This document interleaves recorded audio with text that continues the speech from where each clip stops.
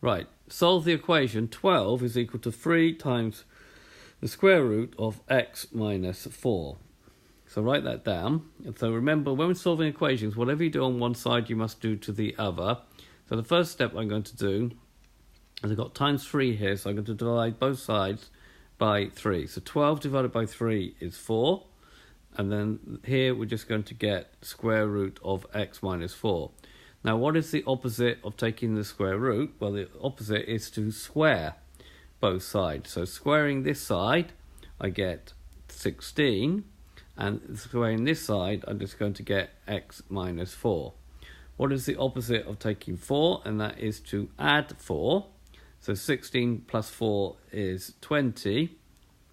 X minus 4 plus 4 just gives me x. So the final answer is x is equal to 20.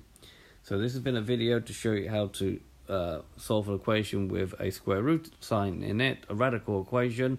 I hope you've understood, and I thank you very much for watching.